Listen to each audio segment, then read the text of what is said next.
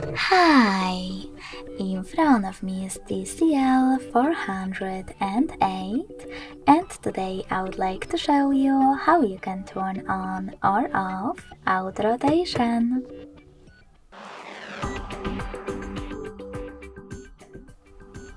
First of all, go into Devices Settings and scroll down to access Display.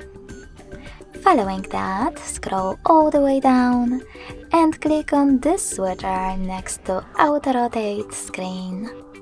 This way, you'll turn it on or off. If you want to, you can always go into Tab menu and tap on this little icon to enable or disable auto rotation. Thanks so much for watching. If you enjoyed this video, don't forget to leave a like, comment and subscribe. Bye!